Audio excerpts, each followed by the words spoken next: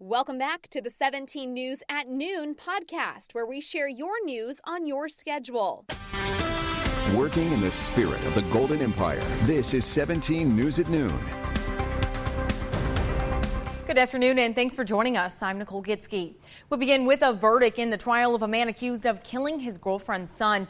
Caleb Kessinger has been found guilty on all charges. Kessinger and Aylin Chavez were arrested on suspicion of killing 2-year-old Raymond Angel Reyes Chavez in 2018. Police believe the pair dumped Raymond's body in the Kern River Canyon, then returned to bury it sometime later. Chavez took a plea deal and testified against Kessinger during closing arguments yesterday. Kessinger's attorney said Chavez showed no remorse or emotion, but the prosecutor argued Chavez was in shock. Kessinger was found guilty of first-degree murder, assault on a child causing death, recklessly evading a peace officer, and resisting arrest. Now, state legislators have extended eviction protections amid a growing pandemic, blocking foreclosures for those who claim inability to pay their rent due to financial issues brought on by the virus. Governor Gavin Newsom signed the extension into law late last night. The extension of eviction protections lasts through February 1st. Until then, the governor's office says under the legislation, no one can be evicted due to past due rent as a direct result of COVID-19 related financial difficulties. Now, the catch, those financial issues have to have occurred between March 4th and last night. For those suffering from money woes, starting today and through the rest of the year, will be required to pay at least 25% of their rent in order to avoid eviction. And again, the tenant must provide a declaration of hardship to their landlords. Tenants are still responsible for paying the unpaid amounts, but those debts cannot be the basis for an eviction. And now to the latest on the coronavirus here in Kern County. Kern Public Health announces 6 new deaths along with 135 new cases. Now, 292 people in Kern County have died since the virus began in March. More than 29,000 people have tested positive in Kern County since that pandemic began. At last check, over 13,000 people have an active case and are isolated at home. 188 people are currently being treated in the hospital. And we are getting a better idea of the progress our county is making in the fight against COVID-19. Now, during this morning's Board of Supervisors meeting, Matt Constantine said our hospital situation is better than it has been in months. Currently, 864 hospital beds and 43 staffable ICU beds are available. Constantine says 111 Kern residents are in the hospital with coronavirus and 34 are in the ICU. That seems like a lot, and it is, but it is a lot lower today than it's been in many weeks. So we've certainly seen a downward trend, which is good news. We're hopeful it continues, but we have to be careful. We don't want to let off any effort at all about this. Constantine says we have tremendous testing capacity, but it is underutilized. He says there are fewer than 500 tests per day at each site. Well, today we are seeing some poor air quality out there. Let's send things over to Kevin Schmidt now. Yeah, we're going to warm up for the holiday weekend, and that's when a lot of people want to gather, and we're hoping people think twice about that so we don't see those numbers go back up. The air quality alert, yes, is in place. Let's take a look right now, and you can see the watches and warnings right now until 5 o'clock tonight. This is in place, probably be extended beyond that as we take you out looking east, and you can see just how hazy the skies are. We're at 88 degrees right now, west-northwest wind at 8 miles per hour, our visibility at 6 miles, so you can see the impact of that haze. And throughout the afternoon, we're expecting the upper 90s, and then by 10 o'clock, we'll be looking at mid-80s. For the mountains, currently 88 degrees and east-southeast wind at 14, visibility at 7 miles, and as we take a look at the day, expecting those 80s, and then by 10 o'clock, we'll be back into the upper 60s. I'll have more details on your forecast. That's coming up in just a few minutes. All right, thanks for that, Kevin. Now, our COVID test drive last Friday on Compassion Corner was so successful, we're doing it again tomorrow. Now, we're hosting a second event. Now, we're offering free COVID testing right outside our studios here in downtown Bakersfield.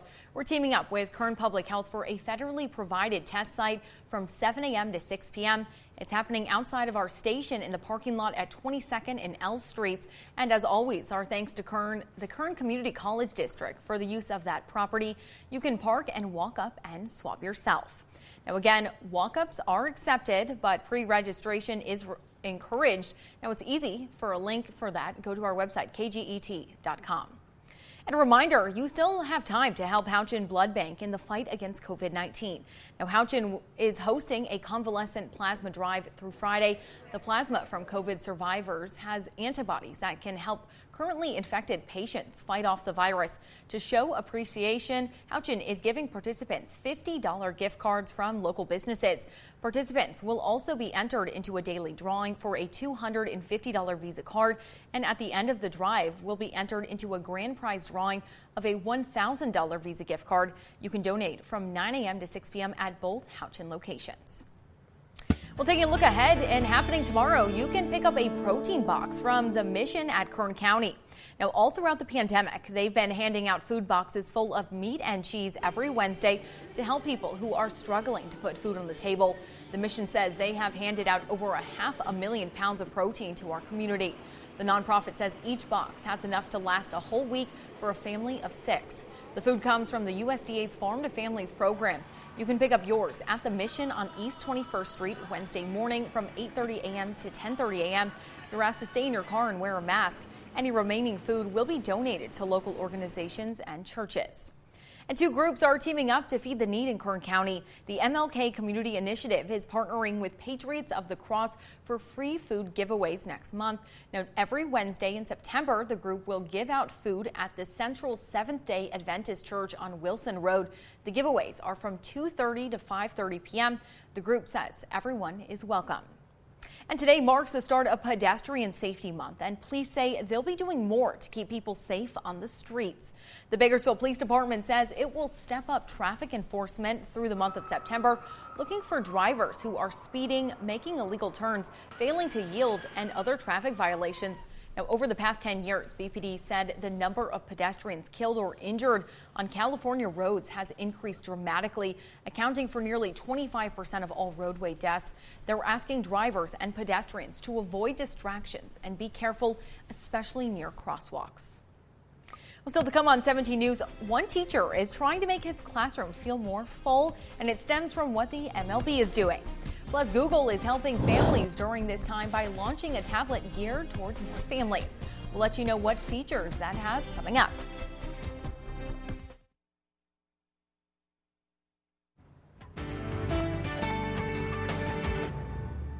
If it's good enough for Major League Baseball, it's good enough for the classroom. One teacher is taking the idea of photos filling stands at ballparks and applying this same principle to desks. Zach Dahlheimer has the story. Just been a really great experience for me. Mark Mingy has taught for nearly 20 years. The history and government teacher at Kecoughtan High School believes the start of a new school year brings new challenges and opportunities. You're always kind of making little notes off to the side. Okay, when I do this next time, I'm going to put this little spin to it. I'm going to try this differently. But due to COVID-19, preps for this year are different as he and others get ready to start virtually. But now it's a little bit different because you're looking around and going, okay, they're not going to be filled. And I'm going to be looking at a screen to see their faces as opposed to see them right in front of me. But he's making his classroom a little fuller. He created a fundraiser where people can donate to a scholarship fund and have their pictures shown on a desk. Mingy says the idea came from being an avid sports fan. You started to see these images on screens various places, or then the transition to cardboard cutouts of people in the stands. The more I thought about that, the more I thought, hey, if I'm going to be in my classroom and I want there to be people around me, the best thing to do is try to emulate that in some way. So far, he says many friends, alumni, and current students have taken part. We're used to as teachers having each one of those seats filled.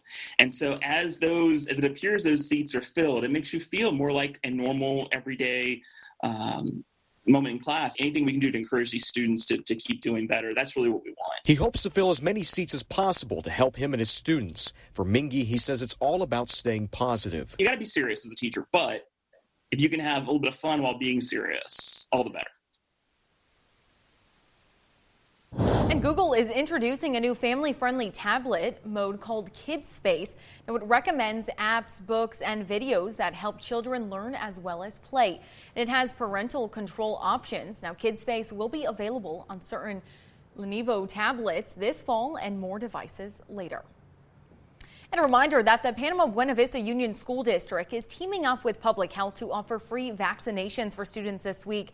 Vaccinations are still required for students this year, even if they are learning at home. It's happening today and tomorrow for those needing updated shots. Now, you can make an appointment ahead of time, but walk-ins are welcome too. Now, call the number on your screen to pre-register. The clinic runs until 7 p.m. tonight, and then we'll start again at 9 a.m. to 7 p.m. tomorrow at Thompson Junior High School Gym on Plans Road. It's free, and you are asked to wear a mask and practice social distancing. And Teen Challenge's annual Walk for Recovery is going digital this year due to COVID-19, but that means you have more chances to get involved than before. Organizers with Kern's chapter of Teen Challenge says instead of doing a specific day this year, they're hosting the fundraiser event all month. The event is designated to raise money to help those in addiction recovery programs. Registration is free. If you want to get involved, register for a walk or run at justgiving.com/campaign/KTC Walk. Well, I don't think it's going to be a good day out there today to walk, but let's send it back to Kevin.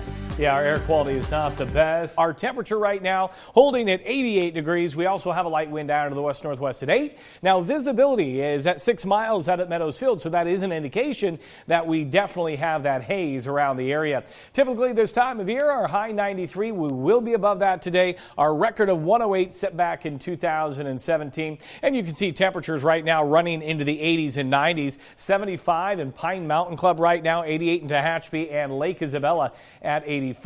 Here's a look at the regional view. Really not a lot to talk about today. We do have some coastal clouds that will burn off to mostly sunny skies as we continue to progress into the afternoon. And here's what we're going to be talking about for the next several days. And this is a ridge of high pressure out to the west. It expands all the way up into the Pacific Northwest as well.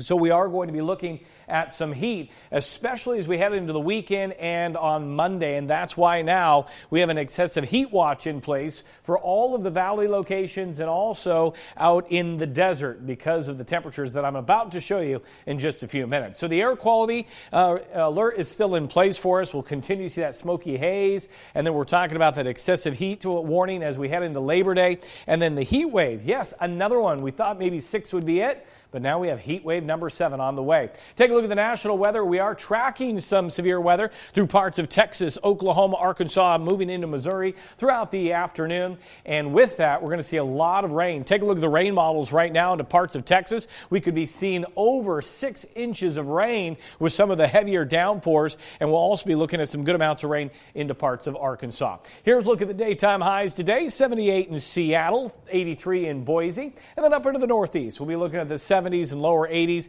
today. Washington, D.C. at 82. Here's a look at your forecast. Let's talk air quality. Today, the number unhealthy for sensitive groups with an AQI right at 133. Our UV index is high, and our pollen finally came down just a little bit. So here's a look at today's highs. Bakersfield looking at 99, along with Delano, 100 in Buttonwillow. We're looking at 97 in Taft. For the mountains in the Kern River Valley today, sunny but also a little hazy. 89 in Fraser Park, 91 in Tehachapi, right near 100 for Lake Isabella.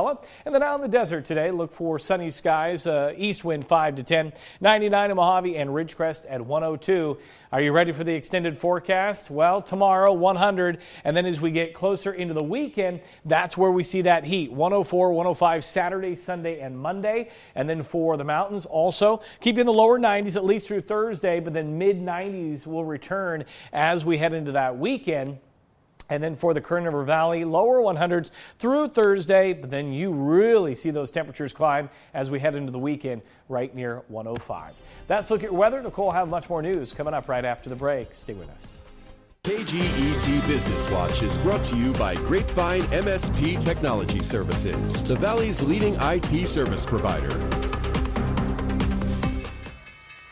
Back now in your 17 Business Watch and taking a look at stocks this afternoon. The Dow is up right now. The NASDAQ is also up and the S&P 500 is up at this time. Meantime, we're looking at oil prices. West Texas Intermediate is at $42.90 a barrel. That's up 19 cents since yesterday.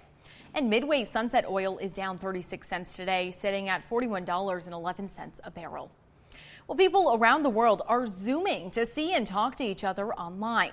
The video conferencing company Zoom reported Monday that its revenue more than quadrupled in the second quarter, and its profit was up more than 3,000% over the same quarter last year. With so many people working from home during the pandemic, businesses are paying for Zoom and not just use of the free version so they can have corporate meeting options. Now, they paid Zoom nearly $664 million in the latest quarter. Zoom is also being used for social hours and obviously for students doing virtual school. And Uber says it will soon require some riders to take mask selfies. Since May, it already required drivers to take selfies to verify they are wearing a mask or a face covering before they're able to pick up riders.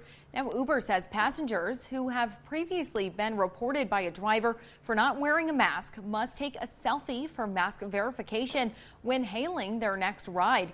If a passenger's ride goes smoothly, they will not have to take a selfie the next time they request a ride. For both drivers and riders, repeated violations of Uber's policies could lead to deactivation. The passenger mask verification feature is slated to roll out in the U.S. and Canada by the end of September. It will expand to Latin America and other countries after that.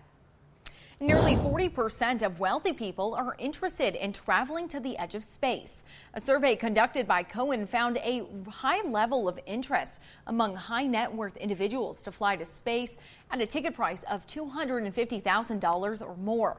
The firm estimated that Virgin Galactic's suborbital flights have a total addressable market of about 2.4 million people among individuals with a net worth of more than $5 million. The firm estimates if Virgin Galactic builds 11 spacecrafts by 2030, the company could potentially fly 3,400 passengers per year with flights nearly every day. And for the rest of us, Delta and American are joining United and dropping change fees on domestic flights. Airlines are burning through cash as the pandemic hits air travel, which is about a third of what it was a year ago. Delta's move includes tickets for flights within the U.S., Puerto Rico, and the U.S. Virgin Islands. American's change has also covered flights to Canada, Mexico, and the Caribbean. The new policies do not cover basic economy fares, but Delta, American, and United had already waived change fees on all tickets through the end of the year. Well, still to come on 17 News as protests continue across the nation in the wake of recent police shootings. A deputy-involved shooting in California leaves one dead. We have the latest.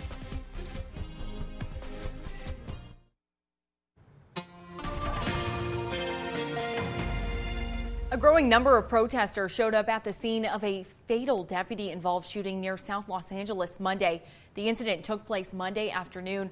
Officers say they observed a man riding a bicycle in violation of vehicle code. They attempted to stop him, and a fight took place, according to officers. Los Angeles sheriffs confirm both deputies fired their weapons on the cyclist when he ignored their commands during the stop. The suspect was pronounced dead at the scene, and the weapon he allegedly possessed was recovered at the scene. A crowd gathered at the scene shortly after the incident took place, and later in the evening, more people showed up to protest the shooting. Officials described what happened in the incident. Neighbors say they're all tired of this. Our suspect was holding some items of clothing in his hands, punched one of the officers in the face, and then dropped the items in his hands. The deputies noticed that inside the clothing items that he dropped was a black semi-automatic handgun, at which time a deputy-involved shooting occurred. Officials say Internal Affairs District Attorney's Justice Integrity Division and the Inspector General's office are all looking into the incident, which is protocol. And it's been nearly a year since the deadly boat fire off the coast of Santa Cruz Island, and we are about a month away from hearing more about the tragedy. You may remember the harrowing story. 34 people died after the Conception dive boat went up in flames. Preliminary investigation found that 5 members of the crew were asleep in the wheelhouse, and there was no one patrolling the vessel operated by Santa Barbara-based Truth Aquatics, a roving which is required by the U.S. Coast Guard during hours when passengers are asleep. The National Transportation Safety Board announced it will hold a hearing in October to reveal the results of its investigation into the deadliest maritime disaster in modern history. And a person driving through Southern California this weekend was ticketed 3 times for speeding, all in a day. Now here's a picture of the ticket from CHP East Los Angeles' Instagram page. CHP says the driver in a white Volkswagen Passat was first stopped around 9 Sunday morning by an officer from its Barstow office. The driver was going 90 in a 65-mile-an-hour zone. Then at 10:45, the same driver was pulled over again, this time for going more than 120 in a 70-mile-an-hour zone. And a few hours later, the driver was stopped again, going 62 in a 40-mile-an-hour zone in incorporate part of Los Angeles County. Now, talk about not learning your lesson. Take it 3 times. Oh, my goodness. Well, when we return here on 17 News at noon, tomorrow marks the 75th anniversary for the end of World War II. We'll let you know what's going on around town. Tomorrow marks the 75th anniversary of the end of World War II. Celebrations for the anniversary are scheduled all across the country. Some have already happened. Now, this is footage from commemorative events at Hawaii's Wheeler Army Airfield. The Legacy of Peace aerial parades featured 14 World War II warbirds flying over various parts of Oahu. A number of events have moved online amid the coronavirus pandemic. Now, here locally, you can go to Kern County Veterans Memorial on South Street and Truxton Avenue. Organizers say they're honoring the greatest generation with music from the era, plus taps, stats, and facts. Vehicles from the period will also be on display. It's happening at 9 tomorrow morning. Well, that's it for us here at 17 News at noon. We have more news coming up at 5. The 17 News at Noon podcast is a production of KGET and Nexstar Media Group. For more on all of the headlines in today's show, head to kget.com.